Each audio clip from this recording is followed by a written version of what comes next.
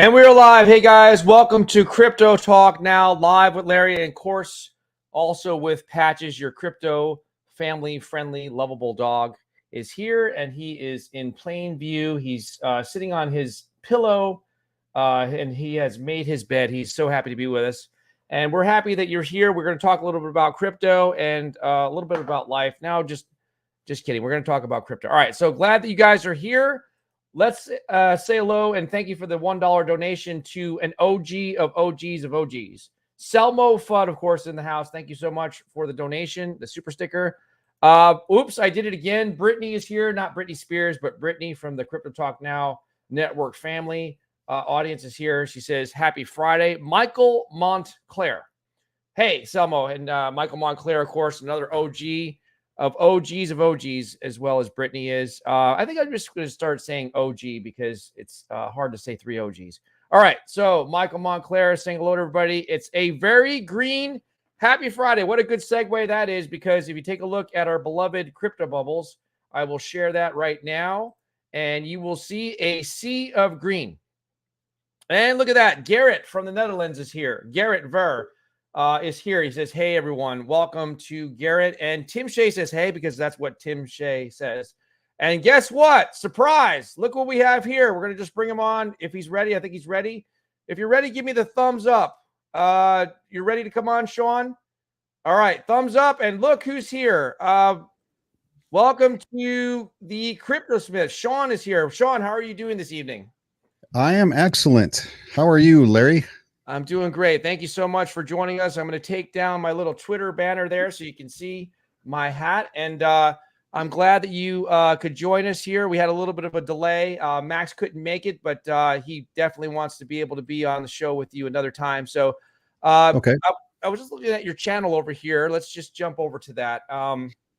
1 second. If you guys don't know, this is the Crypto Smith, Sean. So you've been going pretty good here. You've lately, I was just watching your last video here.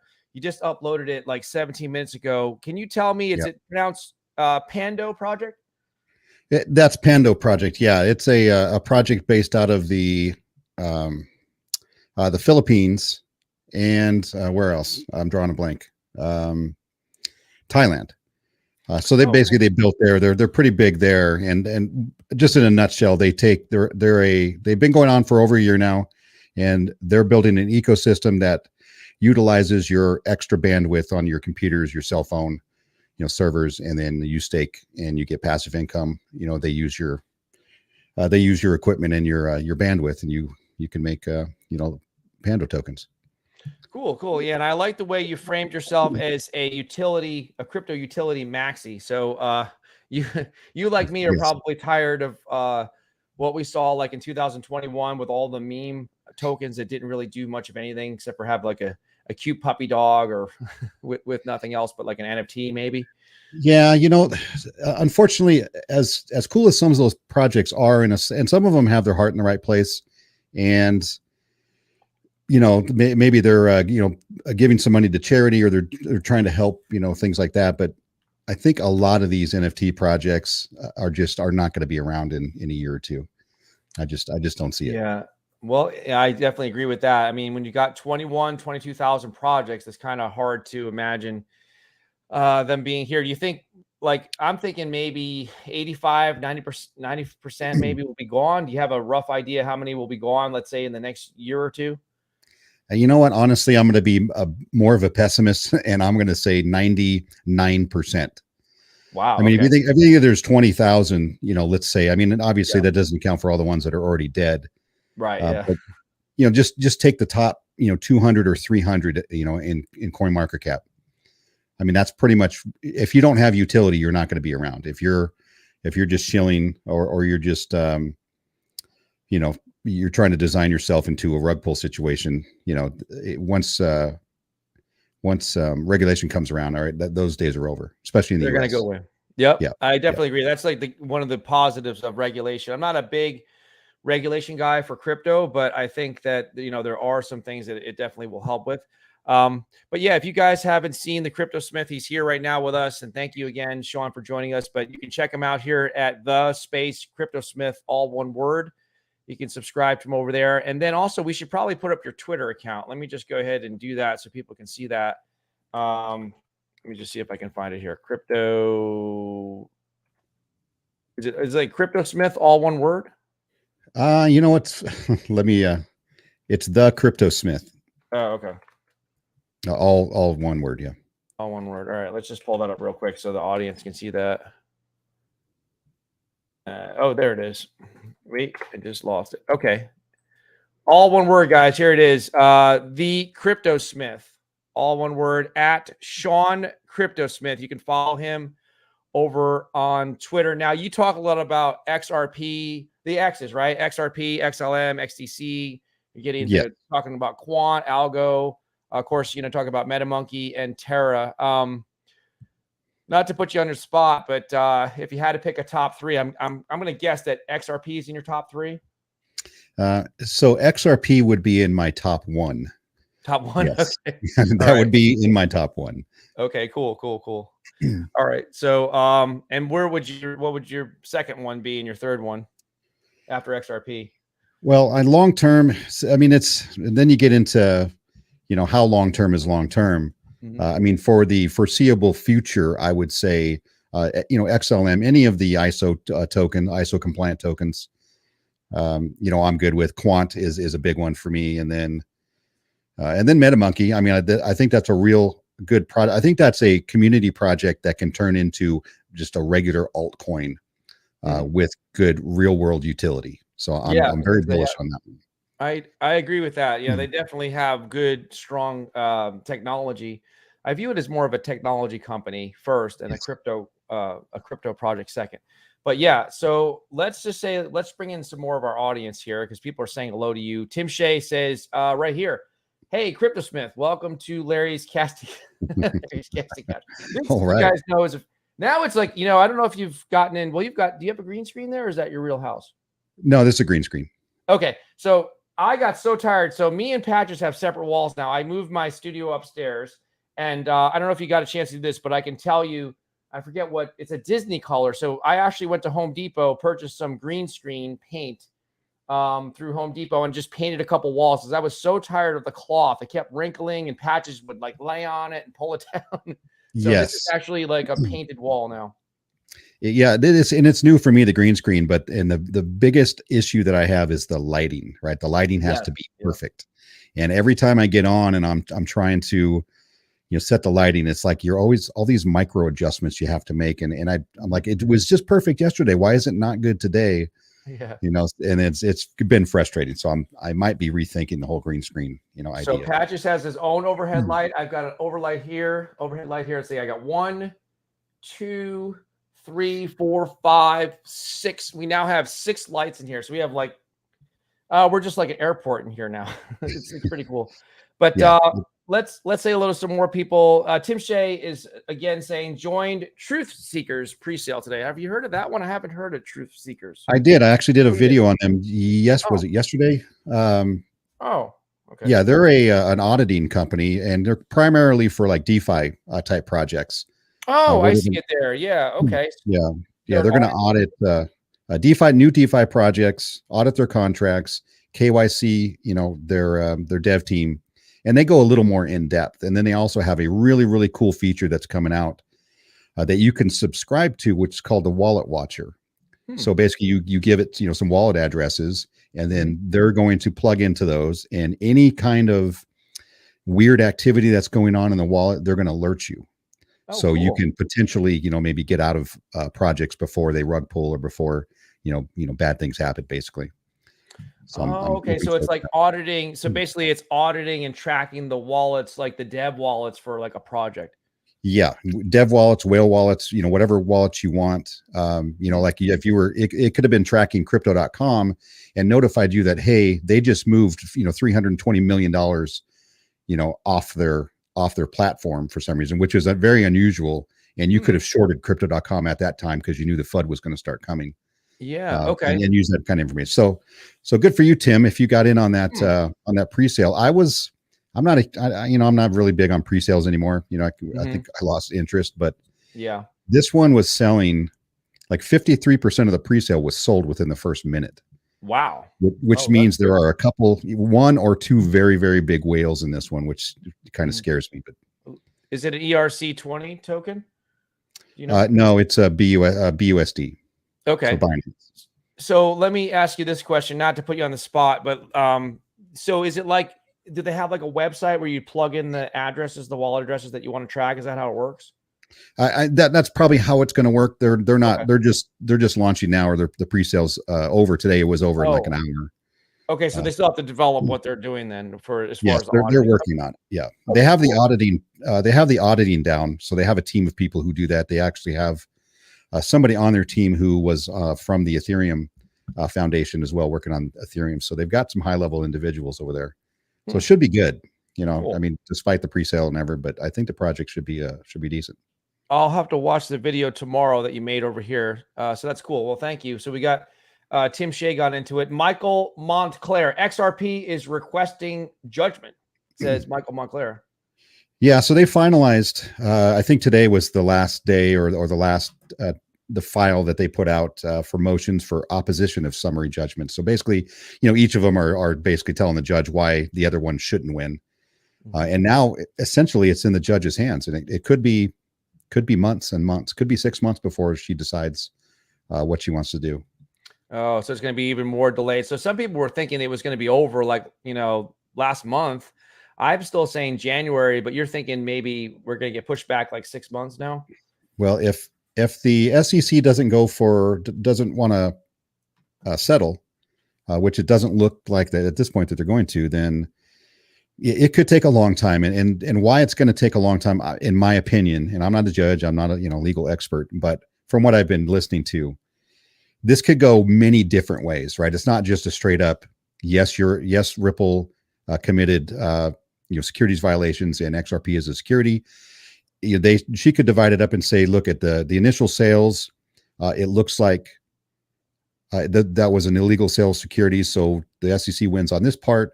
But the ongoing sales of XRP could or could not be a security, so and evidence maybe isn't established at this point. So that part can go to trial. So she can break it up into many different ways. Okay. So it's, even if she makes a decision, it may still not be over. Right. Yeah. Well, these legal things take a long time. Most people understand that. So yeah, it's just being, well, the price is being suppressed by the lawsuit. So it's good, if you want to accumulate it. So it's a good thing. I'm going to get you into my plan. I'm actually in the process of selling a small building, and I'm taking that money, probably 80% of that sale from the proceeds, or the proceeds from the sale, and I'm going to dollar cost average into all the ISOs, including, obviously XRP. So I'm waiting on that. I still don't own any XRP. Everyone teases me all the time. I'm like, You the got to one get thing in, I did, brother. well, the one thing it's in my top 3 to buy. The one thing I did wrong was I didn't park enough cash on the side. I just kind of like almost fully invested everything into the market, and then, things went down and stuff like that. So I just don't want to cash out and lose on some things. So I'm just kind of I'm conjuring up more cash is what I'm doing. Look, you But know what, Larry? It's not a bad thing, because I yeah. believe. I mean, that's me as well. Like, and that's Mhm. probably 90% of us out there. I don't have unlimited funds to keep DCAing on the way down, right? I mean, I Right. pretty much extinguished that dry powder about 2 months ago. So Yeah, that's what happens. Well, I mean, I think they say millionaires will be made during these economic times when there's downturns, bear markets, obviously crashes in the stock market and the crypto market, those type of things, real estate market, the same thing. So cash is king in that sense. If you have the cash there to buy close to the bottom, is a nice thing. yes, But like you said, there's, unless you're Elon Musk, there's really a limit to what you have. there is. Yeah, I mean, I can put a little bit in every paycheck, things like that. But I don't want Yeah. to sell anything, what I currently have in order to buy something else. So Same here. Yep. yeah, Or, whatever. if you're federal government, you can just make your own money. It doesn't matter. Yeah, just print it. Just go in the back room. You turn the printer on, and Yep. you got unlimited funds. All right, let's say hello to a few more people here. Tim Shea says that's John Crispala's project, Pando. All right. Yeah. So John is basically a community liaison for the Philippines and for the U.S. Or he's not necessarily the U.S., but he lives here. He lives in the U.S. So he does a lot of work for Pando Project. And he's a super good dude, and I talk to him all the time. Cool. Yeah, so we're working together. Welcome back to Coochie Boy. Said, what's up, guys? And who's here? But I haven't seen you in a while. Mrs. NFT Queen is back. She says, Merry Christmas, Larry. And we'll throw Sean's name in there too. So she's wishing us a Merry Christmas. Thank you for being here, Mrs. NFT Queen. Merry Christmas. Garrett says, no more charity for dogs like the Enu tokens. Yeah, it's, you know what, all those things where they, like I said, man, a lot of them, I think, don't know what they're doing, and they're just out there trying to make money and, figure out how to do things in crypto. And some of them have a really good heart in that they're trying to do good things, but I just don't see it realistically lasting that long. Right. Once utility starts coming out, people are going to take their money and put it into blue chips. Yep. Yeah, that's what I'm doing with the ISOs. I'm like, why even bother with any more meme, coins? The only two, with the exception, which some people really don't consider the memes anymore, would be Doge, because Elon Musk. That's the only reason for me anyway. And then Shiba Inu, because supposedly was coming out with a bunch of stuff. But Shiba Inu, I made good money with Shiba Inu last year, but like last October, it frustrates the heck out of me, because where's Shibarium? I know the AAA video games take a long time, but do you ever just notice, like, they have all this money, and don't you think they could just hire more people to get things out faster? Like, it's taking a long time, right, to get stuff? Yeah, I mean, I guess you would think so, but I don't know how it works. So I don't know the back end of building blockchain and a project the size of Shiba, and just the sheer community behind it. So yeah, you would think it would be at least moving somewhere, because they've done a lot, really, for where they were nothing, a year ago, 2 years ago. So they've done quite a bit. No, I'm sorry to interrupt, but the NFT sold out in 34 minutes. I tried to buy one. I lost my gas fees, and I'm just thinking they could just issue some more NFTs. That's not a big deal for them to do, but it's just strange to me how they're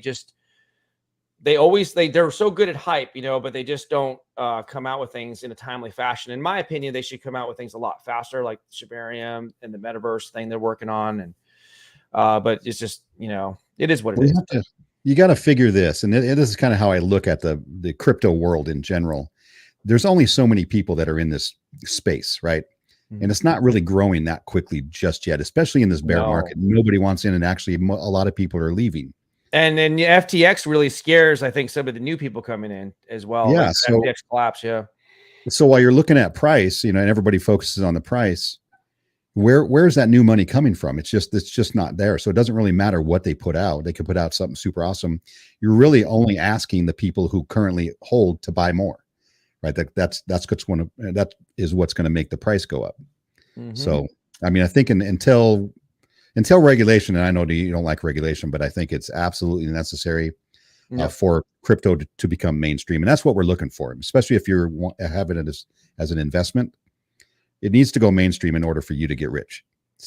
That's just I am kind of divided on crypto regulation, but I will say this: the biggest thing that regulation will bring will be what I call like the old money, the traditional money that's in the equities markets. The guy that's 70 years old, that's got 10 rental properties, wants to take a little money out, put it into crypto. People that have money in 401ks, IRAs, 403bs, annuities, CDs. God forbid someone's in CD still, but they can take that money and start to invest when the Fidelities of the world and people like that are more household names are comfortable getting into it institutionally. It's because of regulation that's going to bring that traditional person that's above 50 years old, let's say, and that has like a portfolio of mainly stocks, is going to feel comfortable coming over because it's going to be regulated. Yeah. And you're 100% right. But think about it. When that old money, even new money that's in the financial sector out there, where do you think they're going to put their money? Right? None of them are going to buy Shiba. Yeah. None of them are buying Shiba or MetaMonkey or any of these other, community type projects. They're going for the big boys. Yep. Especially the institutional ones too. Yeah. Michael Montclair says, "Oh no, I lost hundreds. Laugh out loud. Oh well, NUSD so cheap, only small a loss. I have about 30." Everybody's saying hello to each other. And Michael Montclair, here's his top 4. Michael Montclair says XRP, XLM, XDC, and number 4 is Quant. You can't argue with that. Can't argue with that one. So, so Max, he does a good comparison. He says that Quant is kind of like the Microsoft as far as software for crypto. How would you describe Quant in terms of its importance to crypto? Like, what's your thoughts on Quant? So Quant to me basically is all about interoperability. And the biggest thing I believe it's going to solve is basically bridging crypto, the crypto finance world with the traditional finance world. And you're going to be able to plug into regular systems that already exist out there, and it's going to be able to bridge over into the crypto world without that company or project having to spend, years of development into accessing the crypto platforms. Cool. That's really what I think of Quant. Yeah. Quant is a big one. I mean, a lot of people that watch this show are big into Quant, and Max has been doing some good coverage of it. So, also XLM here. Michael Montclair just bought a nice bag of XLM. XLM's been on sale, as a bunch of the X's have been on sale. Really, Tim Shea says can't go wrong with the triple X's. Michael Montclair, thank you again for being here. Selmo Fudd says hello to both us at Crypto Talk Now, and also says hello to Sean. So thank you, Selmo Fudd. Selmo, how you doing? Let's see here. Michael Montclair now has 1,600 XRP. He's dollar cost averaging a bit every week, so that's good. You're 1,600 ahead of me, so you probably got a long ways to go to catch Sean though, because it's his number one. So you got a ways to catch Sean. You got a ways to go. But hey, there's nothing wrong with 1,600. In 5 years from now, that could retire you. Yeah, a lot of people feel strongly with it. Selmo Fudd says, Larry, you will go into the new year with no XRP. No, I think the building is going to close. The sale of the building for me is going to happen within a couple weeks. So I will probably just make it. I'll probably, my hope is that I'll be in the ISOs before Christmas, because I think the building's going to sell. Larry, you will go into the year with no XRP. You're lost. We've been telling you every day. I know I'm so stubborn. I was telling everybody I could take $100 or $1,000 and just buy some XRP. But like I said, I don't want to take a loss on anything right now. And, people are giving me like super chats or like, oh, just take this $5 and buy some XRP. But at this point, it's like, it's more fun not to buy it. Like even if I have to pay an extra 2 or 3 cents for it, it's just fun because everyone's always teasing me every day. Did you get any, or they ask me, did you get any XRP? Did you get any XRP? I'm like, no, I haven't bought any XRP yet. It's not because I don't believe in it. It's just because, I'm just waiting for that cash to come through. And I'm still, we didn't really talk much about it. Do you think that we're going to go, like I said, 12,000 before the end of the year for Bitcoin? Do you think there's a chance, like how low do you think we'll go before the end of the year with Bitcoin? If you just had to take a guess. Based on current situation, I mean, 12,000, I don't think would be too surprising.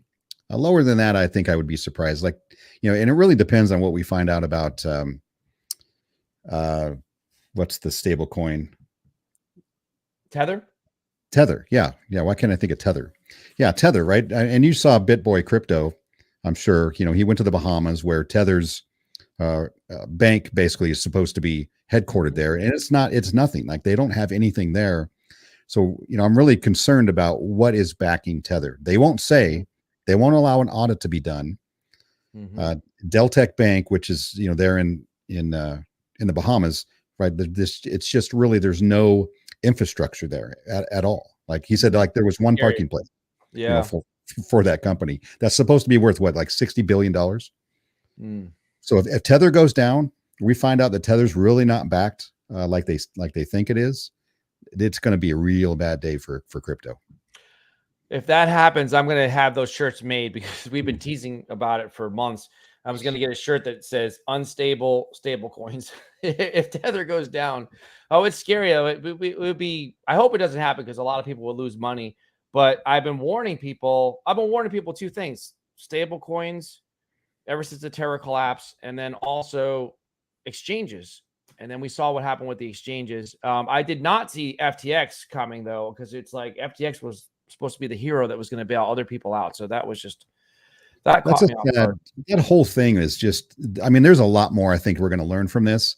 I mean, Mhm. just the fact that this is Sam, Yeah. filed bankruptcy on FTX and 130 other companies, Oh. all filed bankruptcy at the same Oh, I time. didn't So hear that. No, this is the first time hearing that. yeah, Really? all 130 of his companies? associated companies, basically all the ones that he bought out or that were Oh, partnered with him, all of them filed for wow. bankruptcy. So Hmm. we're, now we have Gemini and Genesis, and I'm Mhm. sure there's going to be many others that are going to say, "Hey, we had a lot of FTT tokens, that we were using as collateral for other loans and trades and stuff, and all that's going to come crashing down." It's a big mess. Wow. Have And, you seen there's his some videos? Have you seen his interview? I have not. I have not been paying too close attention. I've read a few He's articles. I know that there's rumors that maybe he was involved with the Terra collapse, which also is kind of mind-boggling. But no, what was going on with his interview? So his interview basically, and I don't know if you've seen him, you know who he is, but No, I know he's who he is. Yeah. he's Yep. basically a large child. Uh, he He's he got unique hair. I he's wish I had saying a little that, bit more. I wish I had some of his hair, but yeah, he is a little unique. yeah, no, he's got hair, but he's saying that he didn't know how big of a position Alameda Research had, with their funds. He wasn't aware, of any customer funds that were commingled, with this trading, which I Mhm. think we all know is complete BS. Yeah. BS. So yeah, and he's just trying to say he didn't know. He didn't know, right? And the guy who went in to take over FTX and basically figure out the assets and what went wrong, where the money went, said that he had never seen such a poorly run company in his life. Hmm. It's basically run by a bunch of 20-something years old with no experience, no education, and had no clue what they were doing. Hmm. No receipts for anything, no accounting. Like it's a mess. Like a frat house, maybe for run Yeah, like a so I want college to frat house. know. My biggest question is, Mr. Wonderful, right? Mhm. Yeah. Oh, yeah, I'm He a went fan of out his. there. He put a lot of money. He invested a lot of money in there. I So know, yeah. there's no way that he did any research. There's not. There's Crazy. not any way possible he did research before Mm. he put money in there. So there's a bigger story here. Crazy, crazy stuff. Well, also, I think he's, somehow interwoven with the government too, and I think that the government is behind some of these collapses, like the Terra collapse, this FTX collapse, because it goes with the narrative like, "Hey, guys, we're here to help you. I'm from the government, and we wanna regulate crypto so nobody gets hurt," but Yeah. that's Yeah. just my opinion. But yeah, I have this little article up here I was going to talk about a little bit with you. U.S. regulator CFTC, that's a Commodities Futures Trading Commission. So that's the other one. Maybe they're going to get a little bit more involved than the SEC as far as trying to regulate crypto. But they met with Sammy. I call him Scammy Sammy. They met with him 10 times, which I didn't know that before the crypto exchange FTX collapsed.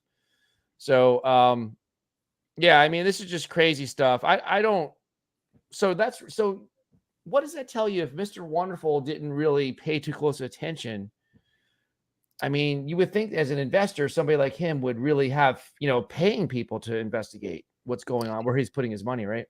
Yeah, and that's, you would assume that. I mean, the guy obviously has a ton of money and Mhm. resources, and he's not a. I mean, he's not a stupid guy. No. He got to where he is because of who he is. So Mhm. yeah, I think if you would have walked in if you were going to invest a couple $100 million into somebody's exchange, wouldn't you walk through the front door and say, Yeah. "Hey, can I talk to the board of directors? Can I talk to some of your accountants or lawyers? I just want to see what's going on. Let's see the books," kind of thing. Get a feel for what was going on. Yeah, Yeah, and look at some of did the none of that. financial. Yeah, Did none of that. that's weird. Here's a comment from Arn to Fight You. I haven't seen you here in a long time. Welcome back. He says, "You better get into quant, not financial advice." It's okay. I won't sue you. But I'm holding 20,000. Really? Is that what he's saying? 20,000 quant? No, really? Or is it 20 quant? Oh, maybe he's holding $20,000 worth of quant. I don't know, but I don't know if he's holding 20,000 coin. 20,000 quant is quite a sum of money. I think he's talking about $20,000 worth, but we'll get some clarification from him. Coochie Boy says, "Is 50,000 Bone a good idea? Are you invested into Bone?" No, I'm not really into the SHIB ecosystem. I don't. Nothing wrong with it. I just never really got into it. I Yeah. got in a little early, and I made some money, and then I got out, and then that was about it. It's one of those crypto projects that to me doesn't have any utility outside of crypto, right? It's crypto centric. So, and that's just not really what I'm looking for. Yeah, I don't have any bone. I know Max talked a lot about it. I mean, if Shibarian comes out, it'll definitely be good. So I'm kind of neutral on it right now. I mean, I have a small bag left of Shiba Inu because I mean I sold off a bunch of it last October 2021. Did good with that. But yeah, I mean I'm not anti Shiba Inu. It's just that I'm just empty my bags of it. I hope they do really well. I mean, I hope Yeah, everybody who's in it and who's been holding for the long term, finally make some money on it. I think Shiba Inu is one of those that's good overall for crypto. It's kind of like, you want Bitcoin to do well, Shiba Inu to do well, XRP, it just has like a good name. And it's kind of like, it's an entree for some people into crypto, just like Dogecoin was. Some people just start out in crypto with Shiba Inu. So I think it needs to do well. Yes. Yeah, I agree. Tim Shea says, armed to fight you, 20,000 quant. Nice. We'll get clarification on that. Armed to fight you. It was a good deal, Tim. I see a huge potential for quant. Coochie Boy Bone will be solid with Shibarium. Yes, that's right, Tim Shea. Once Shibarium rolls in, whenever it comes out, I still think it should be here by now. I mean, how long does it take to make a blockchain? I mean, when you have millions and millions and millions of dollars. Let's see here. We got some spam here. I'm just going to block that. All right. Here, Coochie Boy says it was possible when under 50 cents. Maybe he's talking about XRP, but I'm not sure. Garrett says, please let there not be a V2 for Shiba Inu. I don't think there will be. Selma Fudd says, hey, Larry, since you've been in crypto and all the rugs and now exchange is falling, why has no one been arrested or put in jail? Oh, that's a good question. Oh, I don't even know how to answer that one. I think the only reason is because it's not very well regulated right now. I mean, there's no regulatory clarity.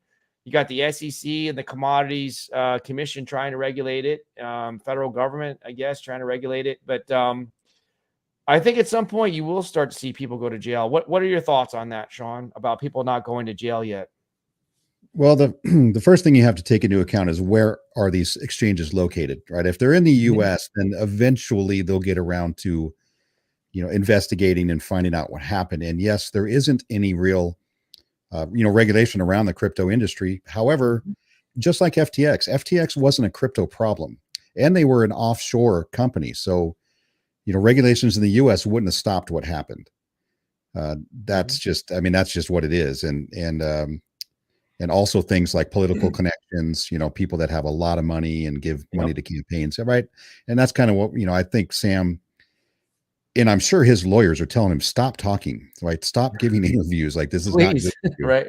Yeah. Well, so it sounds like a child. Yeah. I mean, well, that's just the thing. When you have lots of money, even if you are acting like a child, you've got enough money to pay people around you, hopefully that you listen to, like the attorneys, the CPAs. Yeah.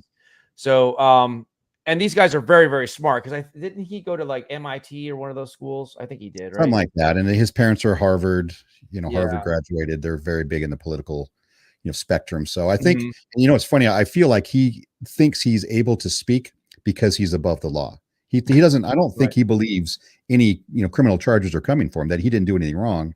And he's paid enough people out there that, he can just, walk around and not have anything to worry about. But these other rugs and crypto, it really depends on where they're at. There's a lot of countries out there that number one, just don't care, don't look at it, don't want to investigate it, don't know anything about it. And so you'll see the big ones, will come down. FTX will get investigated at some point, but how far it goes, who knows? If the guy goes to jail, I have no idea.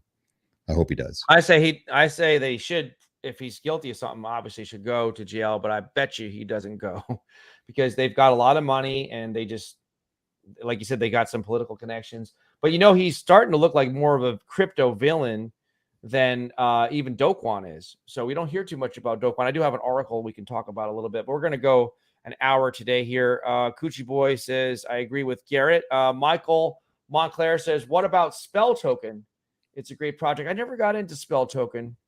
Did you get into that one? No, I've not even heard of it. I've heard of it, but it was something I think that came out in 2021. I think it's more of a meme token, but I don't know too much about it. Selma Fudd says 12K is what Larry thinks. I still think 12,000. I could be way off. And I still think I might be wrong with this one too, but I keep saying the bull run's going to start February 14th, 2023. But now people are starting to make me wonder if it should be February 14th, 2024. Just add a year to it, because I didn't, the FTX thing really, I was talking to my nephew. I had lunch with my nephew yesterday. He's into crypto too. And he said, boy, Larry, he said, this is bad stuff. This FTX thing is bad for new people coming in. I'm like, you're right, because it hits the mainstream media. Always like it's either Bitcoin hits, 60 some odd thousand, 69,000. That was in the mainstream media. And then, the collapse of Terra was in there, and then FTX, because I know that it hits the mainstream media. Everybody knows about it because my mom messages me, because she's not into crypto. Doesn't understand it. She's an older lady, obviously, but she's saying to me, oh, this guy seems like a criminal, this Sam, Sam and everything. And then Bankman Fried, whatever. I like to call him Fried, but it's probably Fried. So he's not going to be free, maybe. But the funny thing is, it's like when my mom hears of something, then everybody knows about it, because she doesn't pay attention to crypto except for this show. So sometimes, but I'm just thinking to myself, why can't we just have like a really positive story? Because this negative press, some people say all publicity is good, but this time I think, that's my nephew was saying, that our image as an overall industry is in trouble. I mean, what's your thoughts on that? Do you think it's going to take some time to crawl out of this negative image, or do you think it's not a big deal? No, for sure. Well, first of all, you have to assume only 5% of the world's even heard of crypto, knows anything about it. So, the image is only based on what the mainstream media puts out there. And unfortunately, since they pretty much ruin everything they touch, they don't ever get beyond the price of tokens, right? Or of Bitcoin. They never get beyond that to talk about the utility of it. Like, what are these blockchains going to be useful for? How are they helping the world? Right. And there's a lot out there that's doing good, in the world, and it's going to help save money, save time, record keeping, inventory controls, things like that. Not just Bitcoin. And all they talk about is the prices of Bitcoin and Ethereum, and if it's going up or down. So that's what's really doing a disservice to the crypto industry. And of course, with these, exchanges, if people can't feel like the on-ramp and off-ramp to where they're putting their money is not safe, then what are they going to do? Yeah, I think that, you're right about that. It's easy just to give. It's kind of like with stocks, they don't really, they just give the price of, they give the indexes, right? The Dow Jones Industrial Average is this, these guys, like, they just dress in nice suits, and the ladies dress in nice dresses, and they just come out and give prices.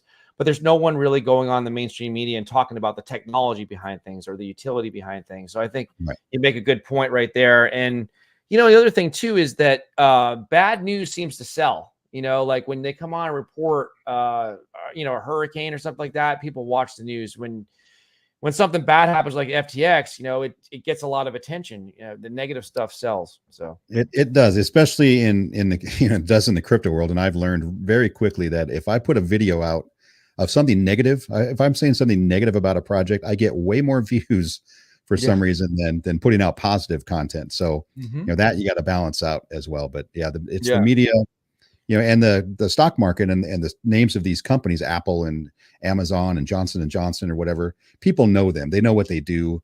They know what they're useful for, because they've been out for so long. And in crypto, nobody's heard of Shiba Inu, even as big as it is in the crypto space. Nobody out in the real world's really heard of it or cares about it. Yeah, and it's weird to try to explain to someone, just think of a casual conversation. You're at Dunkin' Donuts, Starbucks, wherever you go, McDonald's, and you're sitting there trying to talk to someone, and you're like, oh, well, you can come over here and, buy on crypto.com. But if you want to get into DeFi, you could swap something over on Uniswap or Pancake Swap. And just think about that, like Pancake Swap, like the names of some of these things. And Shiba Inu, like a dog, it's like, it's in the top 100, right? So, I mean, people, it's like a different world that we live in. It seems, you got to remember something. We were all invested in like cartoon characters at one point, and it's like you could throw a dartboard and make money with it, and it's weird. It's like it's a different world that we live in.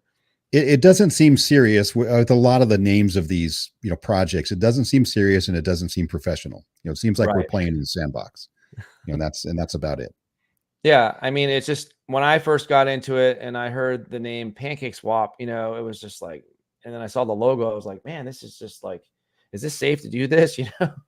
So I could see how somebody new would be reacting to stuff like that. But yeah, Garrett says a few months ago, I said here there will be a total reset of the crypto market. Now I've been saying people call me the doom and gloomer, but I said that we could be headed towards like I was part of the mortgage industry, so we had like the mortgage meltdown. So I kind of dubbed it the crypto market meltdown. We could be headed for that, but I think the only reason why we could be is the macro economy overall is not is Patches. You need to go to your own camera. The macro economy overall is not so great, as everyone knows, and we have a war going on, and but the crypto market is also shooting itself in the foot, right? I mean, we had Terra, and now we have FTX, and then we have BlockFi, and we had 3 Arrows Capital, Celsius. So like we've had a lot of bad things within the market, but then you couple that with the macro economy. So do you think we're headed towards a crypto crash at some point? If not this year, then next year, or you think we're just going to have like a prolonged bear market? If you just, I'm not, it's all speculation, really. To me, it's a prolonged bear market. I mean, if I had to guess, I think we only have a crypto crash, and a crypto reset if we have a monetary reset in this world. If everybody decides, like these CBDCs they're working on, and they're already out there, like they're already working on these behind the scenes, and we're even in the crypto world, we're not really hearing a lot about them, right? But I know that there's some countries out there that are going to try to hit their own country with CBDC only, right? And get rid of their fiat currency. They're not going to be pegged to the dollar anymore, and they'll probably be backed by something like gold, which is why Russia and China and Brazil are stacking gold like they've never done before. Right. And then, I mean, I think we just heard this last week that Uruguay or Paraguay, or one of the countries in South America, they're no longer going to be using the dollar to buy oil, right? Which the petrodollar, everybody in the world pretty much buys oil with the US dollar. Right. Well, they're no longer going to do that. And if we get a lot of countries out there to decide, well, we have enough gold, we're just going to buy our oil with gold so we can get away from that dollar standard. I mean, us here in the US, we're really going to be screwed. And we're, I think, behind the 8 ball here as far as monetary policy and trying to figure out the future. I mean, look what's going on with the water situation in California, right? They've known this drought has been going on for years and years and years. They've known the water's drying up for decades, and yet they've literally done nothing about it. So yeah, it's the other thing too is Patches. I hope you don't need to go out. Patches, go over there. I think the other thing to keep in mind is, and this is just something I said yesterday, I was thinking about it. I think that in order to usher in the digital dollars, all right, you're going to go out in a second. I think he needs to go out. The digital dollar has to come in, but I think they're waiting for it to collapse first, like a great reset or like an economic crash. Patches, you need to go out. I'm sorry. Could you take over the show for a little bit while I let him out downstairs? All right. Yeah, so you guys can just say hello to everybody in the comments, and then why don't I just pose this question to you? So tell me if you think that we need to have a big worldwide or even in the U.S. like a crash, an economic crash, in order to usher in the digital dollar. And I'll just let you comment on that, and I'll be back in a couple minutes. Okay, so and he's saying digital dollar, and I don't know if he means the CBDC or a real digital dollar. Obviously, the U.S. has been talking about coming out with basically just a digital version of the U.S. dollar, which unfortunately wouldn't do anything, because if the government controls it, that means they can just hit a button and create more of them. If you're talking about a CBDC, and I'm hoping that it doesn't come out on the retail level, because it can be programmed. I mean, they can control it to things like how much money you can spend, right? How much, I know in China, they're working on a CBDC where they'll give their citizens a certain amount of money every month, and then they have basically that month to spend it, and they won't allow it to roll over. So they're not going to allow any sort of, people to save up money and create some sort of wealth for themselves. Also, you go to the liquor store, they could say, no, you can't buy because you've already had 3 drinks this week, or you can't buy this food because it's not good for you, or you can't go to this show, or they can literally control every aspect of your life with these CBDCs. So I'm hoping at least here in the US, that we don't ever get to that point to where we're using it on a retail level. And it's really more of an institutional or a country to country type situation where they need to move, large amounts of money around. But honestly, in order for anything major to happen, crashes are necessary. Black swan events they keep talking about. And I know we're looking everywhere we can to see when's the next black swan event, and you can kind of invent that into just about anything you want. But I don't have obviously I don't have control over the comments, but a few months ago here said there will be a total reset. So I think a reset comes with a crash of the overall economy, including all over the world, right? And a lot of this is going to go back to the war in Ukraine and oil prices and what's going on in China. I think all of that together, could be bad. All right, cool. Well, thank you for talking to the audience. I had to take Patches out. Nature calls. So, do you have any animals, by the way? Do you have like a dog or a cat? I've got 2 dogs. Oh, cool. Yeah. I'm an animal lover, so I always ask people that. But yeah, I heard as I was walking down the stairs, you were asking if I had meant the digital dollar or the CBDC. So can you kind of make a distinction between the two? Because I kind of think of them as the same thing. I know there's going to be, like there's the Federal Reserve that wants to have something. There's a federal government that wants to have something. There's other countries that want to have something. Can you kind of distinguish between the two? So the digital dollar, as I see it, which is like what the Fed or the Treasury would want to have, it would basically be a 1-to-1 for the US dollar. It's just a digital replacement for our current fiat currency, right? And in which they could reset debt possibly, or it's, to me, it's the similar version, just digital, and they could just hit a button and print more, or create more dollars if they want to. So it doesn't solve the problem that we have because it's still not backed by anything. So the CBDCs are more run on like, smart contracts, if then types, situations. And then I don't know if you heard what I was saying about what China's trying to do. The CBDCs at a retail level means they can control what you purchase. That's the scary part. That's what concerns me, because they might say, Larry, you went on too many vacations last month and now you need to, buy more milk or something. You know what I mean? Like they can like ration what I do with my spending or whatever.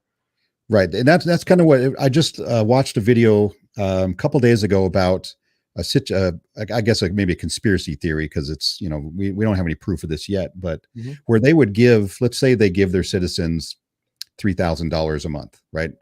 Okay, but now you have to spend that money in your community, and you're going to buy food and pay your bills and whatnot. And that money is a CBDC. It just goes back into the market. So then it ends up trickling still up to, if they're paying taxes and everything, back up to the government to recycle that. So they could still give you money every month, but require you to use it, and you can never accumulate any wealth. And then they could turn it off at any time. They could say, nope, you didn't spend all of your 3,000, so we're going to take whatever you didn't spend and put it back into the system. So it's a lot of evil can happen from this. I'll make a crazy analogy. I don't know if it's too spot on or not, but it's kind of like, we're going to give you gas, but only the amount of gas that fits in your tank. And of course, you're going to drive your car or your truck, you're going to burn the gas, and then we're going to give you more gas, but you can't store it up. You can't have gas tanks or big, storage containers or anything like that. We're just going to give you enough that you need to operate your vehicle. And then when you run low, we're going to give you more, but you can't accumulate, is what you're saying. You can't build a storage of, right. And that's their control that they want to have. And every government wants control over their citizens, right? Even in the US, exactly. As free as we are, they still want that control. And by your analogy, we're not as free as we think we are. Well, we're more free than any other country, even though it's not perfect. But the gas analogy is perfect because that means they can control your movement also, right? You don't have enough gas to drive across the country to go visit somebody or to move somewhere else, right? You only get enough to go to work, go home, go to the store, buy stuff you need, go to school. That's it. That's all you get. Yep. And that's exactly what governments would love to do to control. Yeah, there wouldn't be any saving for a rainy day. You wouldn't be able, like you said, accumulate wealth. And that would be, might make people have to work more or work longer and not be able to retire. It's a lot of dangerous stuff. Yeah. Interesting. It's an interesting subject though. It is, and then you never know what's going to happen. I'm sure there's going to be some good come from it and some bad come from it.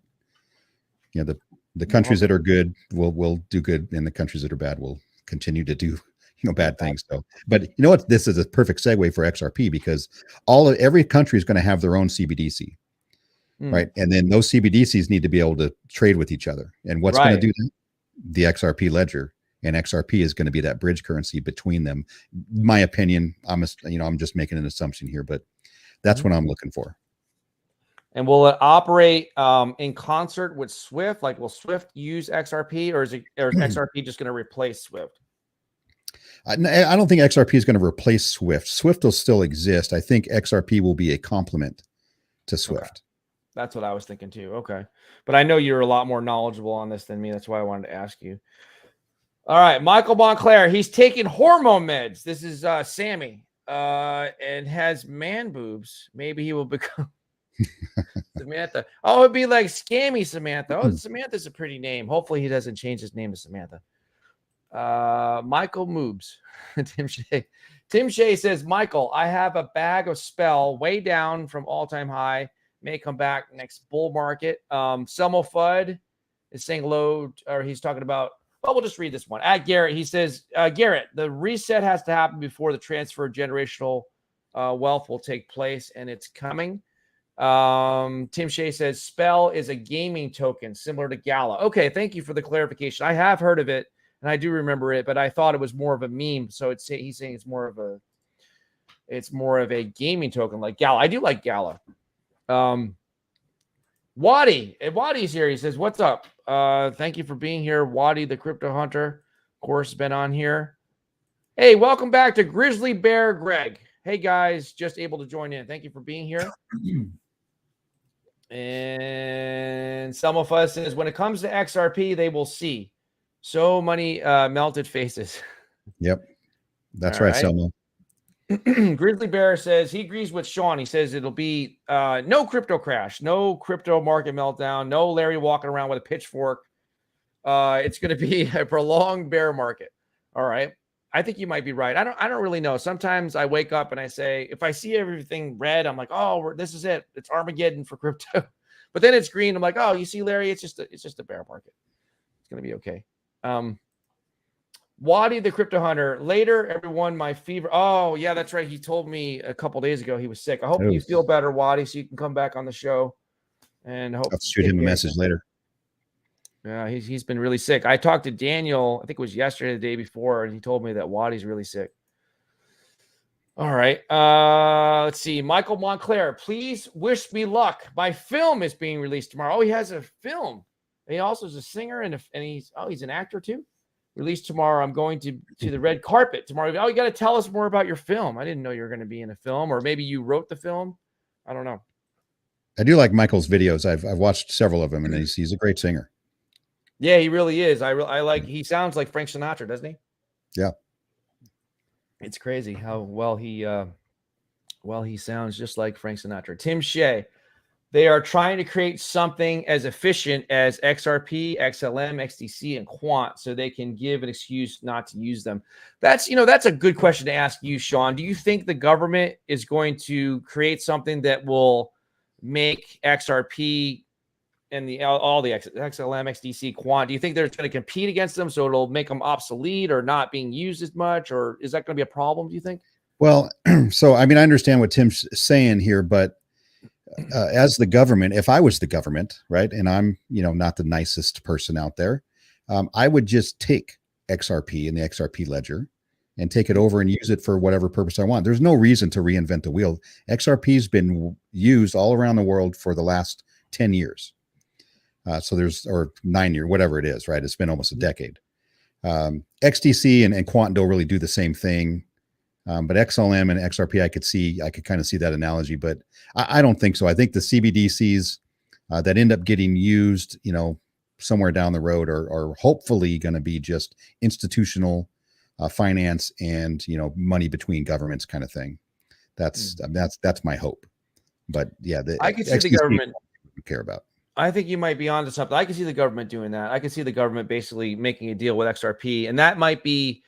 I still think that when XRP wins, I believe they're going to win against the SEC. They're going to come out so strong from this. It's going to really help them. And everybody's going to be like, wow, it's just going to blast off in terms of the price. But I think that going through this trial and tribulation, whatever you want to call it, the legal battle, is going to end up really putting them out in front of everybody else, because they're going to be like, there's nobody else that can say anything bad about them anymore. Everything's been, they've been examined with a fine-tooth comb and everything, and all the I's are dotted, the T's are crossed, so everything should be strong. By the way, we've got 21 beautiful people here. Appreciate you guys joining us. We're going to wrap up in about 5 minutes, but if you would just hit the like button. We're going to try to go through all these comments real quick here. Michael Montclair says, yes, a flash crash, and then bam, I have a flash crash buy-in. I'm ready either way. I'm ready for the flash crash. Selma Fudd said, hey, Sean, wasn't Gaddafi trying to establish the gold standard in Libya before his demise?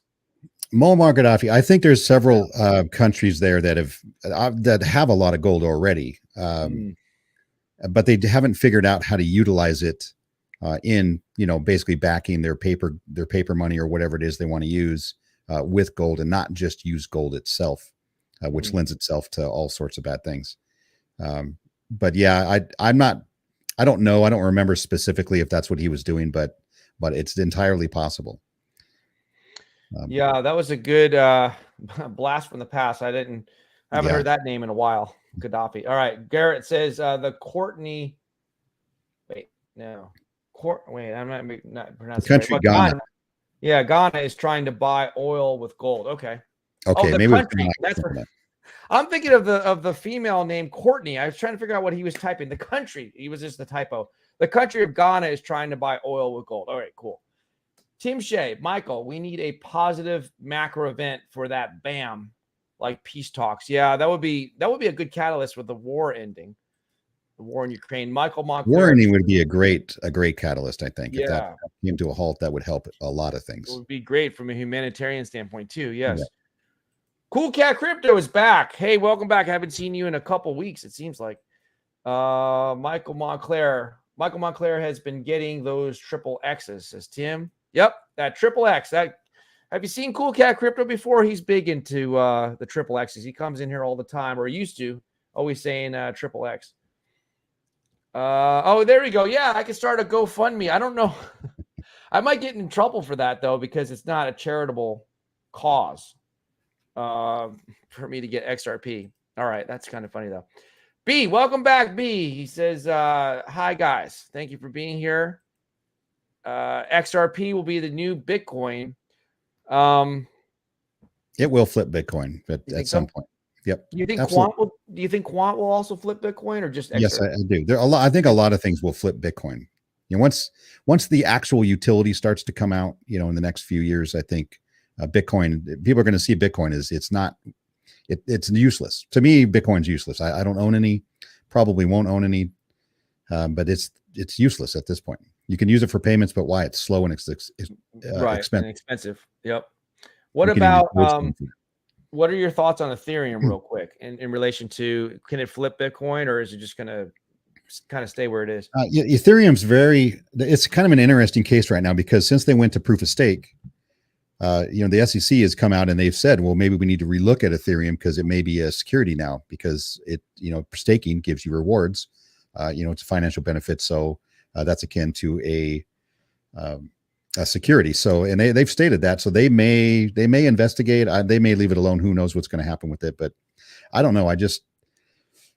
Ethereum's got a lot of issues. Mm-hmm. It's still expensive, even though the fees have come way down. But I think that's because the blockchain is way less crowded than it was, 6 months ago or a year ago. And it's still just as, I don't know, it's still the same as it was. But I really don't know about Ethereum. It's one of those ones that confuse me of what's going to happen in the future.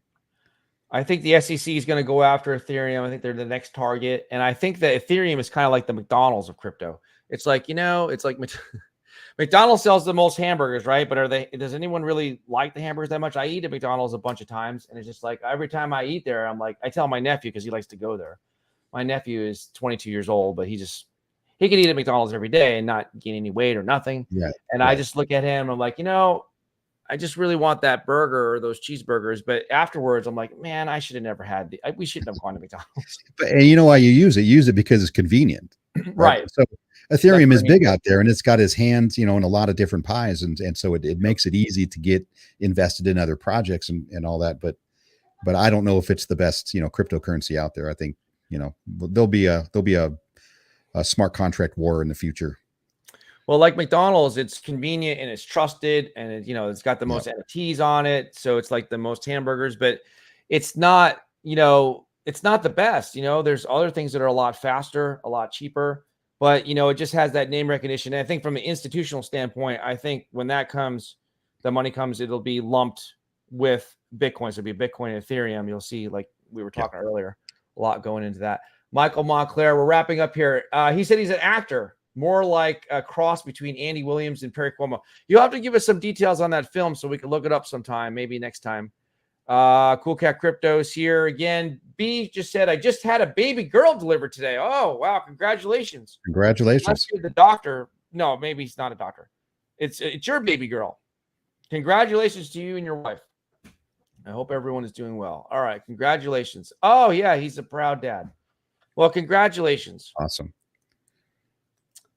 Selmo Fudd, Larry is a proof of oh, I like that one. I don't personally twerk, but I don't mind being like a judge or something like that for people for ladies that specialize in that sort of thing. I'm okay with that. I could be like a twerk contest judge, I guess. Selmo Fudd. Selmo Fudd has some funny stuff, and he's always doing rhymes too. Garrett said, is there a future for Dogecoin if they are updating it? Real quickly, I'll just say yes. Anything with Elon Musk behind it has a future, but that's just my opinion. Michael Montclair says, good night to everybody. And Garrett says it all depends on Elon for Doge. That says, I'm sorry. Tim Shea says that the Garrett. Oh, look at that. Crypto Realist is here. Jeremy's here. What's up, Larry and Sean? Oh, wow. Thank you. Haven't seen you in a long time. We're hoping to have you come on sometime, Jeremy. And I'm glad that you're back in the comments here and back on your channel. Well, look at that. Mentalek is here. Hello. Is it me you're looking for? Lionel Richie. Thank you for being here. And Tim Shea says hello to Jeremy. So that's it. So I'll do this. I just want to first say thank you so much, Sean, for coming on. We hope to have you again soon. Absolutely. Love to have you come on. You bring a lot of great knowledge, crypto knowledge. I would consider you the resident expert for XRP. So whenever we have an XRP, like when I buy XRP for the first time, I'll probably send you a message just to let you know. I feel like I owe it to you because you're like the resident XRP expert. So I'll be cheering you on the whole way. Okay, cool. And but thank you again for coming on. I'll give you the last word if you want to say anything. Let me just do this. I'll bring up your channel once again. If you want to just say anything about your channel, what you're doing, anything with the live shows, anything you want to address the audience would be cool. So just a couple of things with my channel first. I do a live every Saturday, 3 o'clock or let's say 2 o'clock Pacific time for a couple hours, whatever. We talk about, some projects that I'm in and whatever else anybody wants to talk about. I do have my, gambling degen plays out there also. So, I try not to take them too seriously, while we're sitting around in this bear market waiting for something to happen. That's kind of where the fun's at, where we're watching everything else go down. So other than that, I'd just say for people out there, consider this for XRP, right?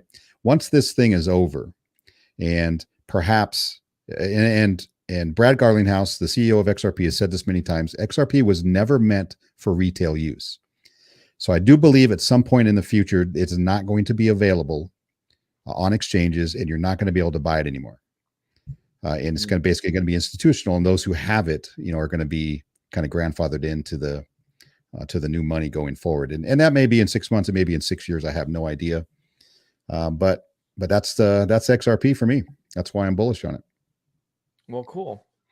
All right. Well, thank you again for being here. And thank you to everybody that has joined us. Again, we will be back tomorrow at 9 p.m. Eastern Standard Time. Be safe and take care.